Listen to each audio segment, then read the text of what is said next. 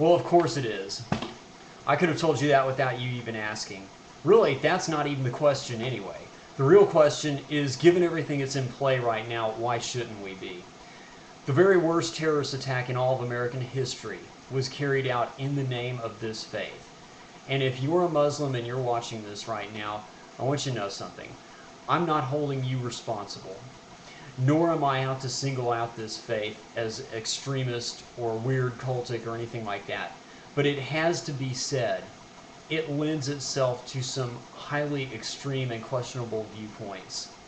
For example, I like to listen to heavy rock music. The extremist within this faith would like to have me stoned to death in the public square just for that. That's kind of a problem. When you add to that the fact that I stand for freedom of expression, I sympathize with alternative gender orientations, and probably worst of all, I follow Jesus as Lord. That just gave the extremist any one of those things all the reason, the legitimate reason that they need to have me executed in public, let alone all three of them. So with all of that, I have to ask, why shouldn't I be a little bit taken aback? Why shouldn't I be a little bit squeamish about that? And if you're getting ready to respond because Christians have their own extremist sect, let me just stop you with that. The extremist Christian would like to preach me to death. Well, you know what? I think I'll take my chances with that. I'll take my chances any day of the week and twice on Sunday if you need it. While I'm at it, here's something else. And I say this as an outsider looking in. I know I'm not really well versed in this faith or its nuances, but I call it like I see it. And from what I can gather, this seems to be a faith that just does not have a very high regard for women. And for that matter, it doesn't even seem to like them very much. I don't understand that. Because where I come from, we were taught to respect women, starting with our own mothers.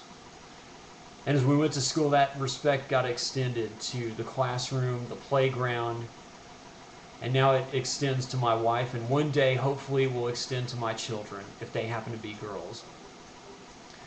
But as I look across this faith and this culture, it seems to me that that feeling is sadly lacking, and I don't understand that. And if you're a Muslim lady and you're watching this, I have to ask you, what's that all about? What's in this for you? What are you getting out of all this? And why do you want this for America? Last thing I have is, there seems to be a lot of talk within this community about wanting to reach out, wanting to bridge some sort of a gap, wanting to be a part of a healing, strike a balance, compromise or something. But the leaders who are advancing the idea of this mosque in New York just don't seem to be very willing to talk about the compromise of even moving their building by just a few blocks down the road. Where's the compromise in that? It seems to me that if they did, that would be a huge show of strength all the way around. The Muslims in that area would still have a place to go and practice their faith and worship and be together with one another in peace. But it would also be a show to the Americans whose scars still run deep from that horrifically tragic day, that their feelings are respected and honored as well. In America, we call that a win-win. I just call it good old-fashioned common sense.